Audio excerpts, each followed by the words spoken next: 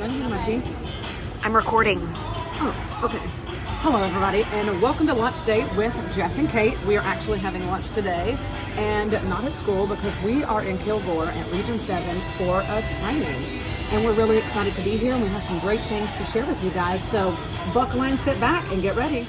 So we hope everyone had a great summer. We're glad that everyone is hopefully settled into the school year. Things have been a little crazy, but now that it's fall, we thought that we'd hop on and say hello to you guys and check in. We definitely want to thank you guys for working so tirelessly with your kids, your students, whether they are already in school or you're preparing them for school. And everything that you do with them, whether it's working on homework, whether it's practicing letter sound recognition, just letter recognition itself, rote counting, everything is so important. And having that support from home and that connection from home to school is fantastic. And we would definitely want to thank you for that. But we also don't want you to forget about one of the most important things and important components that goes into your child's success, and that's oral language development.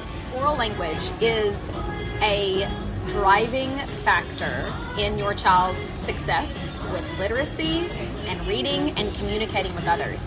An educational video on YouTube is fantastic.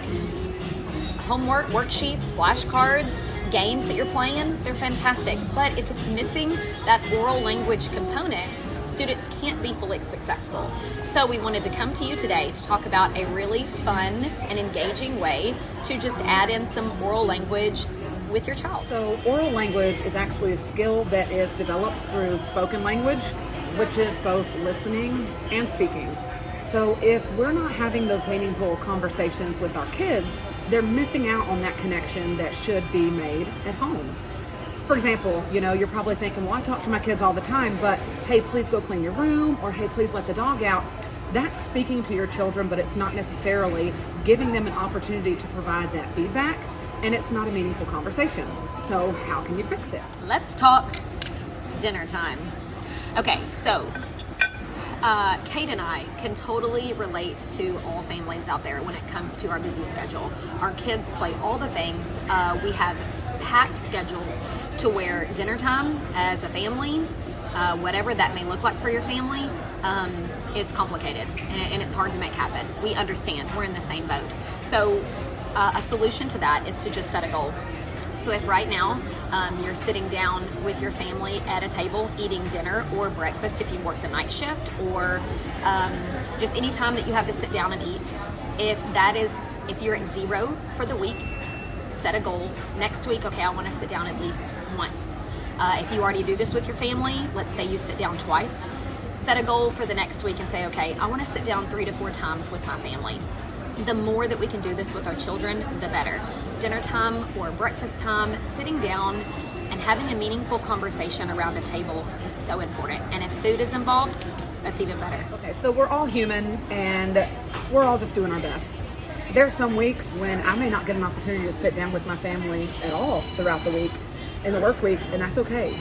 So think about when are some other opportunities that we can create meaningful conversations with our kids. Maybe it's during bath time. Maybe it's while we're riding in the car to school. Maybe it's while we're watching brother practice football or little sisters at gymnastics. There's got to be a time in your day that you can set a goal and you can make it a point to have meaningful conversations with your kids every single day. We hear this all the time. How do we get these kids to talk? We know that when you ask them what they learned at school today, they tell you nothing, even though they did learn a lot. It's just sometimes hard to get kids to talk. And what is a meaningful conversation anyway?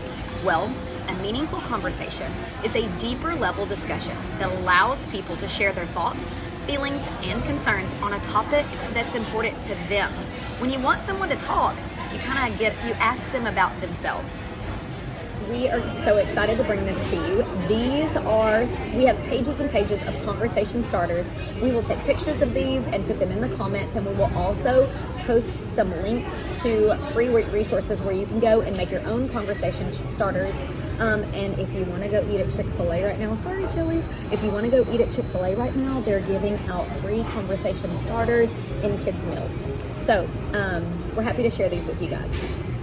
I know we're used to asking our kids, like we said, when they get home, how was your day? What'd you do today? And we usually don't get a lot of response from them. So not every conversation has to be surrounded around school or academics. You could ask even a silly question.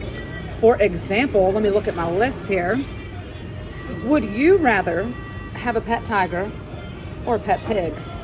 Am I getting a new pet? Not today. Okay. Use your imagination. That is so easy. I would definitely pick a pet tiger How come? because they're so soft Yeah. and fluffy, and I could snuggle with it. Oh, I would love it. What do you- I like big kitty cats. What Definitely. Do you think we would feed it? Oh, that's your job. I Like don't know. cookies and cake? Yes, absolutely. So you get your kid talking, you get them using their imagination, and you get them to see where their little brain is going. Oh, I get to ask you one. Okay, let's go.